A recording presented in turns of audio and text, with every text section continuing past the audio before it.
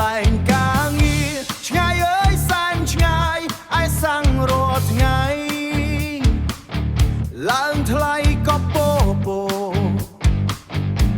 ឡើងថ្លៃក៏ពោពោសាំងអើយអើយសាំងមិនដឹងពេលណាចុះឡើយប្រាក់ខែខ្ញុំមើលកាន់តែសត់ចាយមិនគ្រាន់អីគុណមើលទៅមានឡើងហួឆ្ងាយពេកក្រៃ